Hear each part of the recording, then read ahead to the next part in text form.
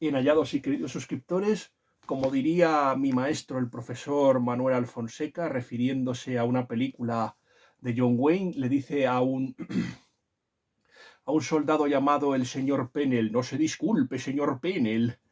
Por cierto, que hoy he estado viendo una película de John Wayne en 13TV, Río Lobo, que es la tercera de la trilogía de los Grandes Ríos. Ya saben que la trilogía de los Grandes Ríos es Río Rojo, que cuenta el enfrentamiento entre un padre y su hijo adoptivo. Luego está Río Bravo, que es que son tanto John Wayne, Dean Martin y Walter Brennan y Ricky Nelson ahí defendiendo la comisaría frente a un grupo de maleantes. Distrito 13 se podría más o menos contar en esa lista. Y luego, por último, está Río Lobo, que es la que acabo de ver hoy y me ha gustado mucho, aunque yo creo que canibaliza el Río Bravo y también otra película previa del cineasta Howard Hawks llamada El Dorado. Y dicho lo cual, lo primero que quiero es pedirles perdón, ciertamente, por dos razones. La primera de todas, caballeros, damas y caballeros, es porque yo había prometido esta crítica que se está emitiendo hoy y que estamos grabando una sesión golfa. El Trumpi, como pueden ver, está el pobre insomne y está el pobrecillo con ganas de dormir. Y yo no, me costó mucho sacarlo de la cama al pobre Trumpi y bueno, es que siento un cargo de conciencia por ello, pero el pobre Trumpi tiene que trabajar y ganarse el jornal.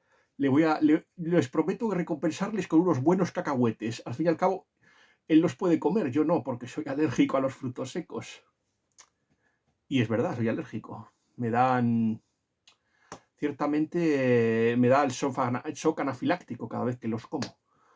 Y lo segundo, por lo que quería pedirles perdón, es algo que ya más o menos le dije a mi amiga Honey. Yo hoy tenía pensado ir al árbol de las letras y comprar unos libros, pero ayer ocurrió algo que me impidió hacerlo. Lo que ocurrió fue que perdimos se perdió un monedero con algunas tarjetas de crédito y dinero y no quise gastar dinero por si mis padres lo podían necesitar y por eso no compré los libros al árbol de las letras como tenía pensado hacer. Ya sabes que les prometí a ustedes hacer un unboxing. Ayer tuve que escribí a Soraya y a María José pidiéndoles perdón y les expliqué las circunstancias. También se los expliqué a mi amiga Honey. Les prometo que el día 4 de marzo podremos hacer ese unboxing. Comparemos los libros citados y por cierto, hay que preparar el encuentro del día 24 de abril, que viene Juan Manuel de Prada a Valladolid. Ya sabéis que siempre me gusta hacerle algún obsequio o traerle algún esvoto para demostrarle mi admiración y mi amistad por él. Y ya sabéis que es un tema que me gustaría, que tengo que también prepararlo y tratarlo, ciertamente. Así que supongo que por eso también me venía muy bien seguir ahorrando un poco de dinero para lo que va a venir. Y bueno, y antes de empezar la crítica del libro de hoy, porque sí, hoy vamos a hacer la crítica de un libro muy interesante que trata uno de los temas que más me apasiona de todos, que es la historia del Imperio Bizantino. Antes de eso quería dar las gracias primero a los nuevos suscriptores que se han unido a mi canal. Se lo agradezco mucho. Hemos pasado de ser 89 suscriptores a ser 93. Y eso es lo primero que quiero agradecerles. También quiero agradecer al gran patriarca que me ha ayudado mucho y me ha prometido ayuda si la necesito. Y además yo estoy seguro de que ha promovido mi vídeo. Mi vídeo sobre Blancanieves lo ha promovido y ha tenido muchísimo éxito. Tened en cuenta que para mí éxito es pasar de los 30 o 40 visualizaciones. Para mí éxito es eso, pasar de eso. Teniendo en cuenta las pocas conexiones que tengo y para mí un éxito es eso. Y yo ya os digo una cosa, cuanto más crezcamos, mejor. Más vídeos podré hacer y bueno, y podré tratar temas más interesantes.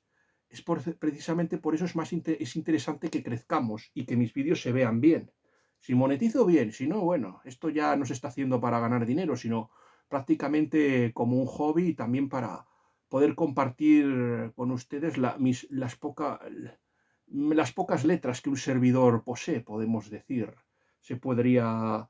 se podría más o menos decir. Y también me gustaría dar las gracias a Joni, que me ha ayudado mucho a subir las visualizaciones de algunos de mis vídeos, se los ha recomendado a sus amigos y estoy enteramente en deuda con mi amiga Joni M. Martín. Lo último que les puedo decir es una cosa, que ya hemos leído, ya se han leído este año 21 libros y que ya les puedo decir que por fin ha habido un suspenso. O sea, me duele decirlo porque aquí no es plato de gusto suspender a nadie, pero es que ya por fin he encontrado un libro que me ha desagradado. Hubo algunos que estuvieron rozando el suspenso, por ejemplo, tanto La Isla Salvaje, que creo que ya se grabó aquí en este canal, El Rincón del Bibliófilo, una crítica, como por ejemplo Terapia por el final. Estuvieron al borde de suspender. Por ejemplo, los últimos libros que hemos leído, La Campana de Huesca, que mi amigo el profesor me ha corregido, me ha dicho que no es la venganza de Ramiro II el monje contra los monjes, sino, eso fue un fallo mío al escribirlo, ¿no? Sino contra los ricos hombres. Ya de ese tema vamos a hablar también. Pero ya sabéis que antes de hacer las críticas tengo que escribirlas. Ya sabéis que yo vengo aquí memorizándome todo lo que escribí, me refiero. Y vengo memorizando todo lo que escribí. Me duele. Y bueno, ya hablaremos, porque tengo 5 críticas que tengo aún pendientes de escribir y por eso supongo que subo la crítica esta noche y no mañana, que me harían perder mucho tiempo haciendo este vídeo. Y sin más, vamos a hablar de la novela tan interesante que vamos a reseñar. Esta novela es El Cinturón de Oro, una novela que trata sobre un momento muy apasionante de la historia, el siglo IX, que el siglo IX en la época del Imperio Bizantino. Es en el momento en que Bizancio estaba gobernado por una mujer, la emperatriz Irene, que más o menos había depuesto a su hijo Constantino VI porque era un monarca enormemente incapaz y se había puesto ella a gobernar. Es muy interesante porque es un ejemplo, porque es una especie de Hatshepsut cristiana. De hecho, Irene está reconocida como santa no sé si en la Iglesia Católica y en la Ortodoxa, creo que en las dos me suena. Ciertamente fue la mujer que empezó su batalla para restaurar la iconodulia. Yo debo reconocerles que mi amor por Bizancio nació gracias a 2 maravillosas novelas que voy a enseñarles y voy a compartirlas con ustedes. Estas novelas son la primera de todas, que yo creo que, no sé si vieron ustedes el vídeo de, he leído más de 3.000 libros que grabé en Sinvergüenza 2.0, por cierto, que tengo que ver el último vídeo del tío Alberto a ver cuál ha subido. Y aún me queda pendiente el que dedicó a esa chica que tenía síndrome de Brown, Patricia. Les prometo ciertamente que veremos ese vídeo. Esta es la gran novela que yo les recomiendo. Me parece que es uno de los 5 mejores libros que he leído, si en un top 5 lo consideré. O sea, si obviamos la Biblia y, por ejemplo, el libro de los y bueno, y otra joyita que tenemos aquí, los escritores conversos, estaría sin duda alguna El sitio de Constantinopla, o El ángel de la muerte, o El ángel sombrío, que es que tiene varios títulos en español. Esta es la novela favorita del escritor finlandés Mika Waltari. Este escritor, Mika Waltari, es uno de los poquísimos premios, es uno de los poquísimos escritores nórdicos de calidad. Yo creo que ese fue el motivo por el que yo creo que no le dieron el Nobel, porque tenía mucho éxito y porque vendía mucho, y porque destacó en un montón de géneros, ciertamente. No solo en la novela histórica, que yo creo que es lo que le acabó consagrando al escritor finlandés, sino también la novela policíaca. Si hacemos un top 10 de novelas policíacas, yo sin duda alguna, una de las que recomendaría sería sin duda Juego Peligroso, que es la segunda novela del inspector Palmu. Pero de ese tema supongo que ya hablaremos más tarde. Y bueno, la segunda novela que me gustaría recomendar sobre la temática del Imperio Bizantino, perdón, está ya un poquito destartalada porque es uno de los libros que es esta, Bizancio. Bizancio quizás no esté en la lista de los 10 mejores novelas, pero sin duda alguna en un top 20 estaría, de Stephen R. Lougheed. Stephen R. Lougheed es un escritor estadounidense cristiano, fascinado por las temáticas celta y nórdica. Pero eso sí, debo de reconocerles que es muy anticatólico. que esa es una de las pegas que tiene Stephen R. Lougheed. Es protestante y muy anticatólico, y ese es uno de los defectos que tiene y se le nota. Yo creo que es una de las cosas que lastra su producción, pero Bizancio es una de las mejores novelas históricas que un servidor ha leído y sin duda alguna podríamos encontrarla en un top 20 de mis mejores libros. Esta historia narra pues el viaje de un monje irlandés, sanaidano, que no tiene nada que ver con el sanaidano que conocemos. Este hombre, este sanaidano, el de ficción, Aidan McCainech, fue rey de los vikingos en Escania, luego le sirvió de intérprete y bajó y conoció al emperador Basilio I, a cuyo servicio se puso, y luego estuvo con los árabes para finalmente volver a su aire natal. Y cuenta la historia, por ejemplo, del famoso libro de Kells. No sé si ustedes lo sabrán, pero el libro de Kells dio lugar a una maravillosa película de dibujos que un servidor no pudo ver, pero la conoce. Y más o menos contando la Biblia y que fue hecha por los monjes irlandeses. Es muy interesante lo que cuenta la novela de Stephen R. Lougheed. Luego, más o menos, le leí más novelas. Tiene el ciclo artúrico, 5 libros. Yo solo le he leído 3, a los 3 mejores. Los tengo por ahí, pero eso no es cuestión de enseñárselos. Y luego, pues, por ejemplo, le leí Las Cruzadas que, por ejemplo, Stephen R. Lougheed es un escritor muy anticruzadas, o sea, es un cristiano de estos que es muy hostil a las cruzadas. En eso sí que se parece un poco al Vaticano II, que se mostró muy crítico con las cruzadas y la difusión del cristianismo mediante la violencia. Yo vuelvo a repetirles que, que las cruzadas, a diferencia de lo que se les ha contado, no son guerras expansivas o de conquista, son guerras defensivas para frenar a un Islam porque es muy curioso que todo el mundo hable de la violencia de los cristianos y cada vez que el cristianismo se expande con violencia, pero luego obvie ciertamente cuando lo hace el Islam. Y eso es esa doble vara de medir es lo que no me desagrada. Si vamos a criticar la utilización de la religión, de la violencia en las religiones, critiquémoslas todas, no solo las que nos caigan bien, no solo las que nos caigan mal. O sea, dejemos ese complejo de victimización y critiquemos y seamos justos con todo. Hay un artículo muy bueno de mi amigo Elentir que habla de no sé cuántos ataques del Islam a países cristianos antes de las cruzadas. O sea, que el cristianismo no fue el agresor. Y si ciertamente el Papa Urbano II no hubiera convocado el concilio de Clermont y llamado a las cruzadas, Bizancio habría desaparecido muchísimo tiempo antes. Muchísimo tiempo antes. Es muy interesante unir esta novela, esa novela, lo que ocurre en el siglo XI con lo que pasó, por ejemplo, en Alamut. Yo creo que ya vimos la descomposición ciertamente.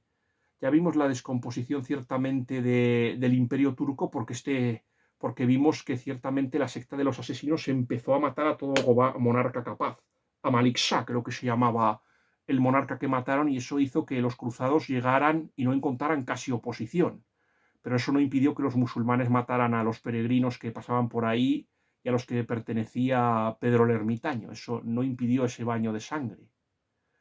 Y otra cosa que es lo que me enfurece de los historiadores es que, por ejemplo, Dan Jones llega a negar o poner muy en duda que hubiera agresiones a los peregrinos, que fueron uno de los motivos por los que se convocaron las cruzadas, las agresiones que habían sufrido los peregrinos que querían llegar a Tierra Santa. La ciudad había sido, ya sabéis que Tierra Santa había caído en el 636 con la batalla de Yarmouk, puede que un poquito antes, en manos de los musulmanes, sabiendo que el emperador Heraclio estaba muy enfermo y que se había desangrado en una guerra con los persas que prácticamente dejó a los dos imperios exhaustos. El imperio persa nunca lo pudo superar, nunca superó la batalla de Neja. Por ejemplo, eso me parece que hay un escritor llamado Jean-Baptiste Tuberay que lo cuenta en su novela, la lucha entre bizantinos y persas. Es un momento heroico, porque hay un momento en que Bizancio es sitiada por un pueblo asiático llamado los ávaros y por los persas al mismo tiempo. Estaban en alianza. No sé si el soberano de los pueblos ávaros se llamaba Bayán. Y por cierto, este pueblo, los ávaros, sería destruido en el siglo IX por el propio Carlomagno. Carlomagno como un liberador. Es muy interesante, porque yo más o menos creo que le comenté al profesor que prácticamente que me sorprende que se hable mucho de las campañas de Carlomagno en España y que se le dedique tantos ciclos, y en cambio casi no se le dedique nada ni a la cuestión de Carlomagno como liberador de, por ejemplo, como el hombre que sometió a los lombardos, por ejemplo, o el que derrotó a los ávaros, o que en batallas terribles derrotó a los sajones. Pero eso sí, no recomiendo el método de evangelización de Carlomagno. Aquí no podemos justificar la violencia tampoco. O sea, convirtió al catolicismo a las tropas, a las huestes de Viduquín por medio de la violencia, y eso no podemos justificarlo. Es la primera vez que se emplea la violencia para extender el cristianismo, y eso tenemos que rechazarlo también, por mucho que le debamos muchísimo a Carlomagno. Y bueno, la novela que va de... Bueno, creo que hay una cosa que se me olvidó decirles y que es muy importante. Que ya saben que ustedes que soy historiador, cursé la carrera de historia del 2000 al 2005. Bueno, podemos alargarlo hasta, supongo que el 2012, que fue un año muy clave para mí, el año 2012, para mí. Pero vamos, podemos decir que en 2012 terminé el famoso y denominado tercer ciclo. Pero pues yo voy a decirles una cosa. Durante los 5 años de carrera que tuve, mi asignatura favorita no fue una asignatura de historia, fue una asignatura de filología clásica. Durante la carrera se podía acoger, había 3 tipos de asignaturas. Asignaturas troncales, asignaturas optativas y luego estaban de libre configuración, que era necesario escoger, o sea, créditos de libre configuración. O sea, asignaturas de otras carreras que no pertenecían a la tuya, a la mía. A ver, se podían coger asignaturas de historia, pero ciertamente lo ideal era, y los créditos de libre configuración estaban hechos para, por ejemplo, para cursar carreras o sea, asignaturas de otras carreras. Había muchos amigos míos de medicina que, por ejemplo, cogían mitología griega o antropología social. Yo, por ejemplo, aproveché para cursar algo que, por ejemplo, que quedó muy en el aire. O sea, a ver, había mito y religiones de la India, no la cogí porque Enrique Gavilán no era muy fácil sacar nota, pero era un tema muy interesante. Mito y religiones de la India. Estaba historia del Islam, que la daba Berruguete, que era una asignatura de libre, pero esa no se daba en la carrera de historia. Y luego unas 2 asignaturas por ejemplo, en filología germánica cogí muchas. O sea, todas las historias de Alemania, curso germánico medieval, historia de Alemania moderna y luego historia de Alemania contemporánea, las cogí todas. Solo me arrepiento de una cosa, de haber escogido, no, de haber escogido curso de Alemania moderna. La cogí con mucha ilusión y muchas ganas y me equivoqué. Tenía que haber escogido mitología germánica en lugar de historia de Alemania moderna. Me arrepiento muchísimo de haber escogido esa asignatura. Quedé muy decepcionado y era la asignatura que más me apetecía, porque yo pensaba que me iban a hablar que yo estaba muy interesado en estudiar la Guerra de los 30 años y la Ilustración alemana, y al final toda la asignatura, 3/4 de la asignatura estudiando a Martín Lutero, personaje que aborrezco enormemente y por el que siento un fortísimo rechazo. Yo debo reconocerlo, a mí es que me parece un heresiarca y un apóstata y un malvado, un hombre que ha hecho un tremendo daño a la cristiandad. Yo lo siento, ya están en mi facultad para lamerle el culo y darle jabón a Lutero, pero aquí en este canal no lo vamos a permitir. Además, un hombre que odiaba a España y que es uno de los responsables de la leyenda negra, aunque la leyenda negra fuera obra más de Guillermo de Orange, de Antonio Pérez, de la propia Inglaterra y de los ilustrados franceses, que fueron los verdaderos responsables, pero Lutero también odiaba mucho a España. Aunque creo que ya le hemos dicho que la leyenda negra no empezó, como ya hemos dicho, no la empezaron ni los holandeses ni los ingleses, sino que fueron los humanistas italianos del Renacimiento los que empezaron la leyenda negra y los ataques a España, porque estaban frustrados porque había una familia valenciana que, bueno, que había conseguido lo que ellos estuvieron deseando durante mucho tiempo, que era intentar convertir Italia en un estado centralizado, y fueron los que más cerca estuvieron de ellos, y porque hubo un papa que llegó a una familia que llegó a tener dos papas, y eso nunca lo soportaron los italianos, que eran muy suyos, que siempre fueron muy suyos en esos temas. Y eso que a mí me encanta Italia. Esto es como el episodio este de Los Simpson, cuando aparece Hank Scorpio. ¿Cuál es su país menos favorito, Francia o Italia? ¿Ves? No hay nadie que diga Italia. Pues más o menos así. De hecho, no me importaría visitarla algún día, Italia. Pero volviendo al tema de la novela, esta novela es muy interesante porque trata un tema enormemente interesante, como es el tema. Vamos a sacarla. Ah, hay una novela que se me olvidó decirles que yo les recomiendo porque fue una de las mejores novelas que se han leído nunca. Llegó a ganar hace 2 años el premio a mejor novela. Creo que empató con otros 3 libros. Me parece que Retorno a la Colonia 9, Feliz Culpa, que creo que en este canal ya comentamos Feliz Culpa, y también ciertamente, aparte de Feliz Culpa, creo que también Lo que no muere, creo que también fue la otra, que más o menos fue un empate a 4, pero yo considero que si hubo una novela que para mí fue la mejor del año, un poquito por encima de las otras 3, fue esta, que yo se la recomiendo. Se ha hablado mucho ciertamente de Robert Graves y se ha hablado mucho de Memorias de Adriano, pero ciertamente este relato que escribió el escritor húngaro Laszlo Pasuz, para mí es infinitamente superior al que hicieron tanto Robert Graves como Marguerite Yourcenar en Memorias de Adriano, y yo se la recomiendo. Y es un emperador que merece, Manuel I Comneno, que merece que lo estudiemos más, ciertamente, y lo que plantea Laszlo Pasuz en esta novela. Yo creo que ciertamente, si hay 3 novelas de Bizancio que merece la pena que ustedes lean, son El sitio de Constantinopla de Mika Waltari, para mí la mejor. Luego está Bizancio de Stephen R. Lowhead, aunque hay gente que no le gusta, y luego está esta que tenemos por aquí. En bastante menor consideración tengo a esta novela El Cinturón de Oro, aunque sí que vamos a decir una cosa en favor del Cinturón de Oro. Y es que para mí, de esta escritora Cecilia Holland, que es una novelista histórica, le hemos leído 3 novelas hasta la fecha. Y considero que El Cinturón de Oro para mí es la mejor novela que le hemos leído hasta ahora a esta autora. Personalmente a esta autora le habíamos leído Jerusalén, que es una novela que cuenta el final del reino latino de Jerusalén y la derrota de los cuernos de Jatín. Pero no me gustó esa novela ciertamente porque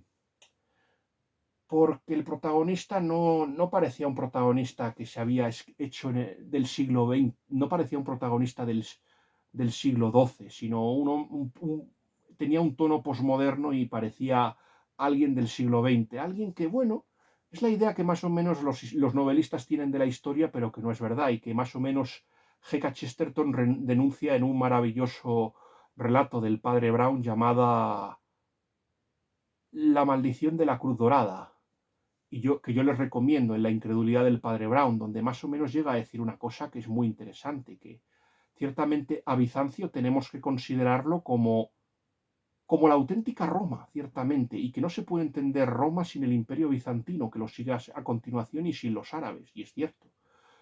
Pero es que hay que tener en cuenta una cosa, que lo que hemos estudiado como la caída de Roma no debería ser la caída de Roma. La caída de Roma a ustedes les han metido en la cabeza que ocurre en el año 476. Y no es cierto. La caída de Roma ocurre en el año 1453, y no son los bárbaros alemanes o germánicos.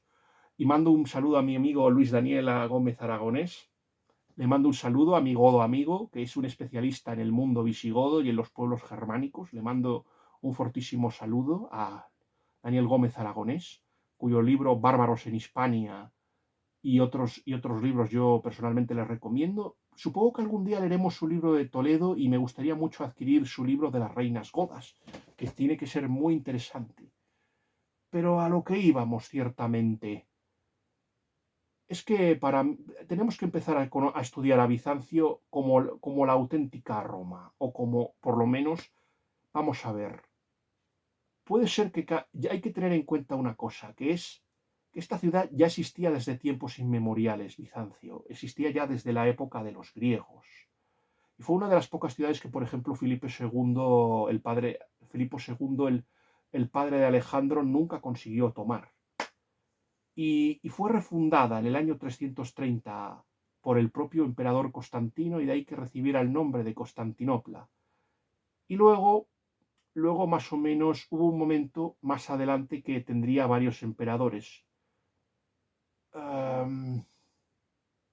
Tendría varios emperadores. Valentiniano, por ejemplo, se quedaría con Roma y su hermano. Y Valente, por ejemplo, sería el emperador de Oriente. Pero después de la batalla de Adrianópolis, yo no entiendo por qué Adrianópolis la estudian, por ejemplo, como una de las pruebas de la decadencia de Roma, si a quien tenía que haber perjudicado no era a Roma, sino al imperio bizantino. Y como vimos, es que me parece a mí que Adrianópolis es verdad que muestra que el imperio ya no podía en sí reprimir a los bárbaros, pero ciertamente tendría que haber sido más perjudicial para Bizancio que para el imperio romano de Occidente. No sé, esa es la opinión que yo tengo. No sé qué pensarán los historiadores. Lo dejo eso en la cajilla de los comentarios por si queréis comentar este asunto, ciertamente. Lamento que estemos demorándonos tanto, pero es que es muy interesante analizar temas. Al fin y al cabo, también este canal no solo trata literatura, también trata temas de historia y también un poco cine. Y bueno, y también un poco política. Y a veces toca hablar de algún tema de política, y de eso esta novela trata. Una de las tramas más interesantes de esta novela, por ejemplo, es un tema del que vamos a hablar, que es la conexión entre el poder y el deporte. Cómo el deporte sirve para el apuntalamiento de un sistema político. Ya de eso hablaremos, pero ciertamente nos habíamos detenido en Constantinopla. Pues ciertamente, ya saben que en el año 476 los sérulos, o sea, Odoacro depone al emperador, pero es que hay otro emperador en Bizancio, que es el auténtico emperador, que al ser depuesto el otro emperador es el señor nominal, por mucho. ¿Qué es lo que hace? Mandar a Teodorico para que gobierne en su nombre. Y ciertamente es verdad que en ese momento Bizancio no podía reclamar esos territorios, algo que se haría ya en época del emperador Justiniano. Quiero recordar, yo podría decirles todos los emperadores, desde Arcadio, porque yo creo que hay que tener en cuenta, para mí Bizancio no empieza tanto, podríamos poner Valente, pero yo creo que vamos a empezar con Arcadio, que es lo más lógico, que es cuando por fin se dividen los dos imperios en dos, en el imperio occidental y en el imperio oriental. Hay críticas si Teodosio hizo bien en dividir el imperio en dos o no. Yo creo que para mí sí, porque es verdad, una parte se perdió, pero se pudo salvar la otra. Yo creo que todo junto hubiera sido incapaz de defenderse. Y yo creo que sí que hizo bien, aunque hay historiadores que no se lo perdonan a Teodosio.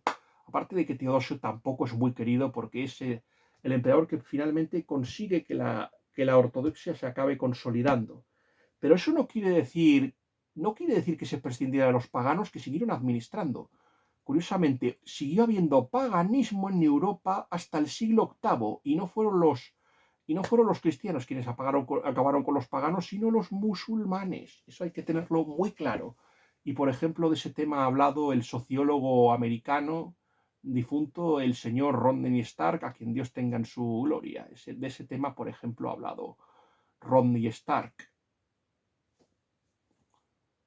Y, y bueno, pues más o menos después de Zenón, me parece que viene más o menos el emperador Anastasio. Después del emperador Anastasio llega ya, por ejemplo, Justino, tío de Justiniano. Luego llega el gran Justiniano. Luego llega su hijo, Justino II. Después de Justino II llega el emperador Tiberio II. Como pueden ver, ¿por qué se llama Tiberio II? Pues porque se considera el continuador del primer Tiberio. El Tiberio, que recordemos que es hijo de Augusto, hijo adoptivo de Augusto y de Livia. Lo tuvo Livia de un matrimonio anterior, pero ahí está, es su hijo. Es su hijo. Luego está el emperador Mauricio. Luego este Mauricio es depuesto por un militarote llamado Focas, que está a 10 años y que es derrotado por los Heráclidas. y es los Heráclidas, por ejemplo, o sea, Heraclio es el que llega a defender al imperio brillantemente contra los persas y los ávaros, y el que pierde una buena porción del imperio ante los musulmanes, por ejemplo. Por cierto, no lo hubieran conseguido si no hubiera habido una división en la cristiandad. Los musulmanes fueron ayudados por cristianos heréticos, es decir, por monofisitas y por varadeos que ayudaron a los musulmanes en la conquista y en la toma de las grandes ciudades, perdiendo toda África y gran parte de Asia. Y ahí tuvo que defenderse heroicamente el imperio bizantino con los Constancios, con Constantino IV, Pagonatos. Luego me parece que llegó Justiniano II, el desnarigado. A ese hombre le cortaron la nariz, por ejemplo, a Justiniano II, y llegó a perder el trono varias veces. Tuvieron que ponerlo, reponerlo, más o menos. Y después me parece que llega la época que a nosotros nos interesa, que es la época de los Isáuricos, con León III. León III, más o menos, hay una polémica ciertamente, y este tema hay que tratarlo porque ciertamente Cecilia Holland no lo trata en su libro. Se me olvidó decirles que aparte de la novela de Jerusalén, leímos otra novela previa de Cecilia Holland llamada La muerte de Atila, que es lo que cuenta la destrucción del Imperio I a la muerte de Atila y por qué el imperio no pudo sobrevivir. Me pareció también muy flojita, pero bueno, era un tema muy interesante, pero yo creo que excedía a las fuerzas de esta escritora estadounidense. Vamos a ver, en ese momento estamos en el siglo VIII, pónganse, Bizancia había sido salvada previamente en la época de Constantino IV Pagonatos, que la había salvado, y también va a ser salvada por un valiente militar llamado León III. Sin embargo, León III, aquí hay en el tema de la iconoclastia, más o menos en mis apuntes de la oposición de 2009, de 2010 que hice, se llegaba a decir que más o menos habían sido los bizantinos los iconoclastas y que lo habían copiado Bizancio, y es mentira. Que habían sido los bizantinos los iconoclastas y que el odio a las imágenes lo habían luego copiado y es al revés. Los árabes habían sido iconoclastas desde la época de Mahoma porque consideraban las imágenes como símbolo de idolatría, y Bizancio, desesperado por las derrotas militares, cuando por fin ganó una, consideró que esto se había debido al rechazo a las imágenes, y esto generó un movimiento llamado la iconoclastia, que fue defendido por varios emperadores, como por ejemplo este León III el Isáurico, luego Constantino V, que se ganó el nombre de Copronimo. Parece ser que lo político no fue malo, pero fue muy odiado por la gente. Luego este emperador más o menos le va a seguir León IV. León IV el Házaro. Los házaros son un pueblo muy interesante, los házaros, porque ciertamente son un pueblo que había en el corazón de Rusia y que tienen la religión judía y que fueron aliados de los cristianos para frenar al Islam. Es muy interesante la aparición de los házaros y le he comentado muchas veces al tío Alberto este tema, el tema de los házaros. Pues hay un emperador házaro que llega al trono y este emperador se casa con una mujer llamada Irene. Es muy interesante el tema de la emperatriz Irene este tema es muy interesante, la llegada de la emperatriz Irene, porque muere porque este León IV muere muy pronto y es sucedido por un Constantino VI que es muy incapaz, tan incapaz que su madre lo ciega y ocupa el trono en su lugar, porque lo hace muy mal su hijo. Y es entonces esta mujer la que más o menos en un principio vuelve a instalar la iconodulia. La iconodulia es lo contrario de la iconoclastia, vuelve a la veneración, entiéndanlo, de los iconos. Vamos a ver, en este caso, por ejemplo, era el poder el que más o menos defendía la iconoclastia y más o menos fueron las mujeres, los monjes, fueron las mujeres y los monjes especialmente los que y bueno, también Roma, quien defendió la defensa de la veneración de iconos, aunque hubo algunos concilios en Francia que fallaron a favor de la iconoclastia, o sea, que defendieron en época de Carlomagno. Es muy curioso, pero bueno, no siempre Carlomagno iba a ganar todas las batallas, no podía ganar siempre todas las guerras. Es muy curioso este momento porque esta mujer, Irene, esta Hatshepsut cristiana, coincide al mismo tiempo con uno de los grandes emperadores de la historia. Estamos hablando de Carlomagno.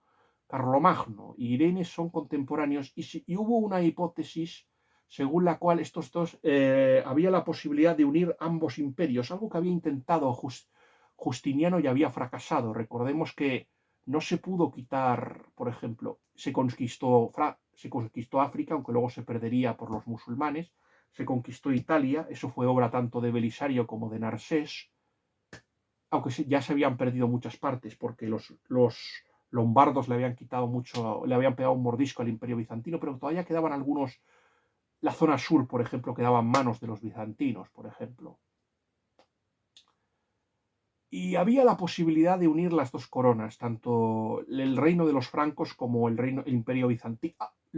En España también llegó a haber lo llegaron a controlar el sur de España, y en la época, y no serían expulsados hasta la época de Suintila, un rey godo llamado Suintila. Es muy interesante esa parte también. Y no se ha estudiado mucho, es una pena, hubiera sido muy...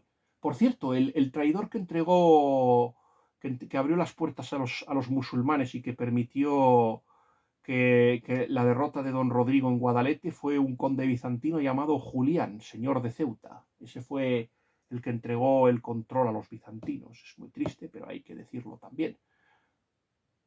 Y más o menos así empieza nuestra historia. Hemos tratado el tema de la iconoclastia porque para mí es capital, pero la autora no lo trata.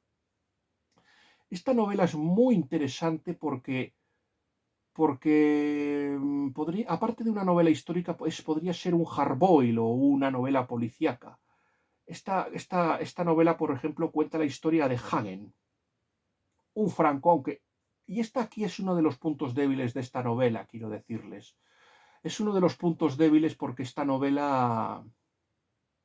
Porque Hagen no es un nombre franco, sino burgundio. Eso ya para empezar.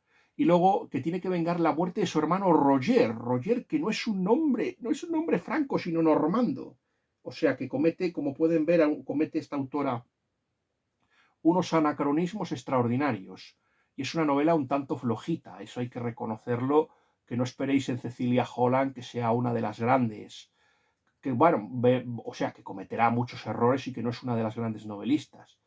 Pero es que tiene un tema muy interesante, o sea, tiene la intriga política, más o menos, en la línea, por ejemplo, de los Tres Mosqueteros. O sea, esta historia empieza como, por ejemplo, una dama de la corte de la emperatriz Irene recibiendo una lista y tratando de evitar que caiga en manos de una persona opositora a la emperatriz, en este caso Juan Cerulis. Juan Cerulis que la codicia. Ciertamente la trama política y la historia de la venganza de Hagen van a ser la trama principal de la historia y es una lástima porque no es la parte más interesante de la novela, ciertamente.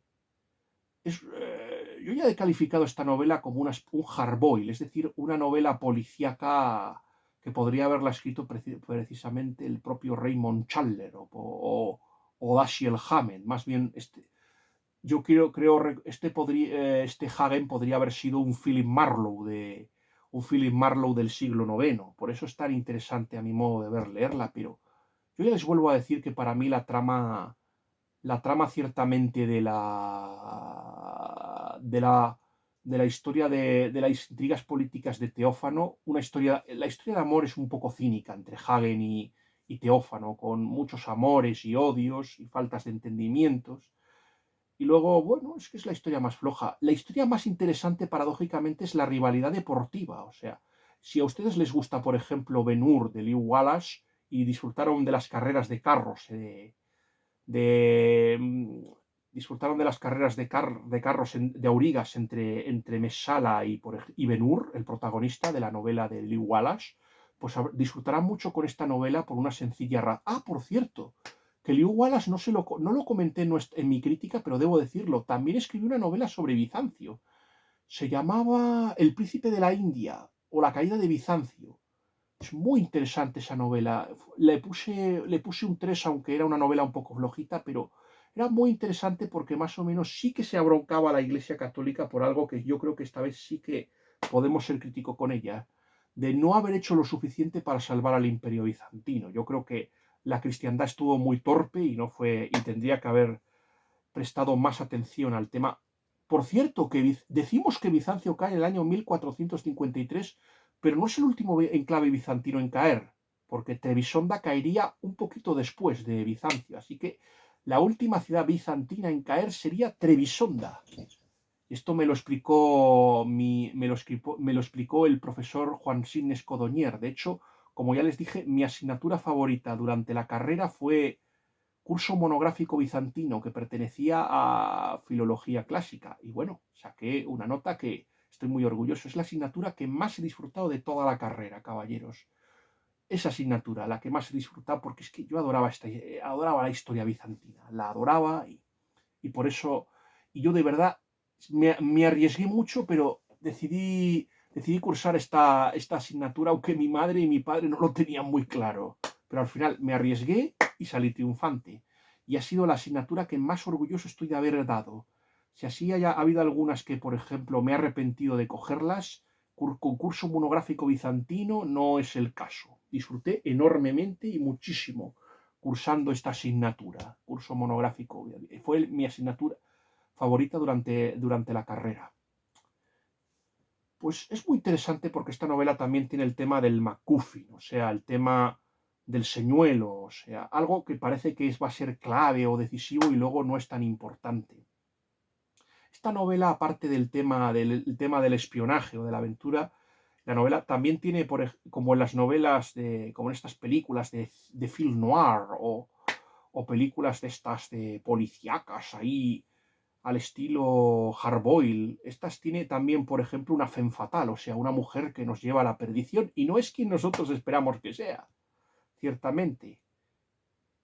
Pero yo vuelvo a repetirles que este tema, lo interesante de esto es la competición deportiva y la rivalidad entre el príncipe Miguel, no confundir a este príncipe Miguel con uno de los protagonistas de Jezabel, una novela de Frank Slaughter, que también se enamoraba de un príncipe Miguel de Judá. Yo no sé de dónde se lo sacó Frank Slaughter, pero bueno. Pues este Miguel es rival de, por ejemplo, de un auriga muy interesante llamado Ismael Maros, una persona que a pesar de tener nombre árabe es cristiano y una persona muy religiosa. Y precisamente está empecinado en ganarle a Miguel.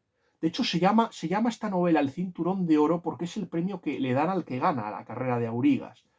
Y este tema es muy interesante porque muestra la influencia, y por eso hemos traído aquí este tema a colación, porque nos muestra la influencia que tiene el deporte en la pervivencia de un régimen político y el poder, cómo el poder usa del deporte para subsistir. Ese es un tema que, por ejemplo, hemos hablado mucho en el canal. No hemos podido tratarlo mucho el tío Alberto, porque el tío Alberto me dice que me centre mucho en el tema del deporte y lo mismo me dice mi amigo José Baena Castel. Pero ciertamente es que no puedes entender por qué el Barça tiene una situación de privilegio desde la época de la monarquía de Alfonso XIII, de la Segunda República, de la época de Franco, sí, de la época de Franco y de la transición democrática, no lo puedes entender sin la importancia de Cataluña ni de Barcelona, el gran peso que Barcelona y Cataluña han tenido desde la época de Carlos II. No puedes comprenderlos. Ciertamente todos los regímenes políticos han intentado ganarse el aplauso de Cataluña. Y ciertamente, si no es para comprenderlo, el Barça ha sido un equipo privilegiado y mimado, igual que lo fueron los clubes vascos porque los necesitaban. Y por eso era tan importante que mimarlos, tanto al Athletic de Bilbao como a la Real Sociedad. Bueno, también es verdad que surgieron buenas camadas, tanto de la Real Sociedad como del Athletic de Bilbao en estos tiempos. Pero interesaba que al Barça le fuera bien porque eran los aliados naturales del gobierno. Y por ejemplo, ya sea el partido actual o la oposición el que llegue, va a seguir contando con ellos y vamos a seguir en manos de lo que el cardenal Richelieu hubiera denominado un Estado dentro de un Estado. Vamos a seguir siendo empresa de esta gente y por eso nunca habrá justicia en el fútbol español y el Barça siempre tendrá esa situación de privilegio. No importa que sea un club endeudado, podrá fichar. siempre tendrá a los árbitros en su favor. De hecho, pagó para que los árbitros pudieran, ciertamente, para crear una situación, como diría, de neutralidad, es decir, un entorno favorable que permitiera al Barça, permitiera al Barça tener un entorno favorable con los arbitrajes. Esto que hubiera supuesto el descenso de cualquier equipo, al Barça no le han rentado ni le ha pesado. Incluso se está hablando ahora con Albert Soler se está hablando ciertamente de que se retire la acusación y de que quede en nada, que el tema de Negreira quede en nada. Yo ya les dije que al final todo esto quedaría en nada y se lo hemos dicho al tío, por ejemplo, TGG, Olga y yo. Por ejemplo, el último escándalo, por ejemplo, el del CSD, cuando permitió la inscripción del Dani Olmo, ¿por qué se hizo? Sino porque eran los amigos del gobierno.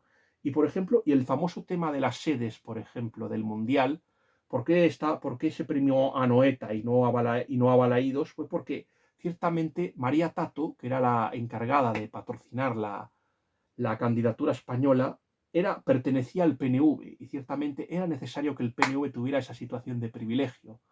Este tema lo contamos para que vean lo podrido que está y la influencia que tiene el deporte, por desgracia, en la consolidación del régimen político.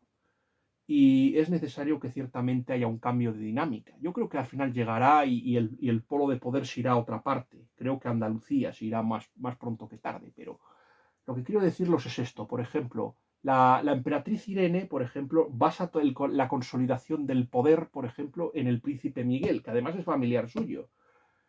Quiero recordar una cosa, que es que en el siglo VI, en la época del emperador Justiniano, estuvo al principio de su reinado a punto de perder el poder porque hubo una revolución.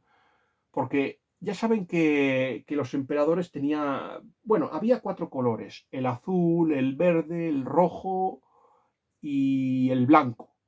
Pero los dos partidos fuertes eran el azul y el verde. El verde solía ser el partido de los monofisitas y de las herejías. Por ejemplo, era el que apoyaban los emperadores que apoyaban las herejías. Ciertamente, pues hubo un momento en que el partido A de los azules y los verdes se unieron y quisieron destronar a Justiniano y poner a un tal Damocles. Y si no hubiera sido por Belisario, seguramente y por su valiente esposa, Teodora, que había sido, por cierto, cortesana, es decir, una mujer que había ejercido el más antiguo de los oficios. Si no llega a ser por ellos dos, Justiniano habría perdido el trono. Hay otra novela que no gusta mucho a los bizantinistas, pero yo os la recomiendo también, que es El Conde Belisario, que cuenta estas cosas, pero desde un punto de vista, por ejemplo, más... ¿Cómo les cuento? Desde un punto de vista más gnóstico, o sea, basándose más en la imagen negativa de Justiniano, que eso es lo que no soportan los bizantinistas, que se hable mal de Justiniano y que más o menos nos creamos la historia secreta, el libro de la historia secreta de Procopio. Ya saben que hay una historia oficial y luego está el último libro que más o menos nos llega a decir que era un tirano, que era un niño acéfalo, que era un monstruo. Pero bueno, yo quiero decirles que esta visión es muy reducida. Por ejemplo, Dante pone a Justiniano en el paraíso y lo considera uno de los mejores gobernantes. Y por ejemplo, Luis de Waal, en la maravillosa novela que trata sobre San Benito, Ciudadelas de Dios, en el que los protagonistas son San Benito, Casiodoro y Boecio, pues a Justiniano le ponen muy bien y los que sale muy mal parado es Belisario, que queda como un calzonazo, y tanto Teodora como Antonina quedan fatal. Así que ya les cuento todo esto. Es muy interesante también el tema de las intrigas de la corte, por ejemplo, porque Nicéforo, que va a ser el siguiente emperador, y este va a volver a reimplantar la iconoclastia, aquí es presentado como un noble tesorero, y lo fue, el que se encarga del ministro, sería lo que sería el ministro de Hacienda, y tiene rivalidades con el oficial sagrado, tiene que investigar una trama de corrupción. Si es que es muy interesante esta novela, no como novela histórica, sino como de intriga política y de tema policíaco. Y luego también tiene que hablar con el embajador de Harun al-Rashid, que en el momento es uno de los mejores emperadores de la dinastía Abasí.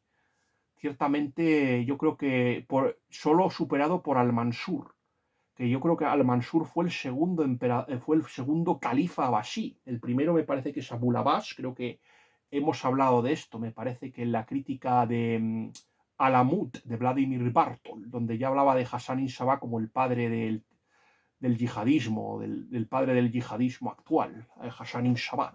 Creo que este tema ya lo comentamos, ciertamente.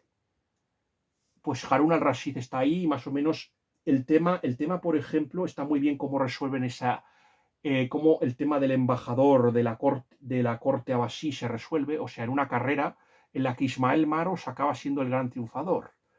Es que para mí es el gran personaje de la historia, Ismael Maros por encima de Hagen.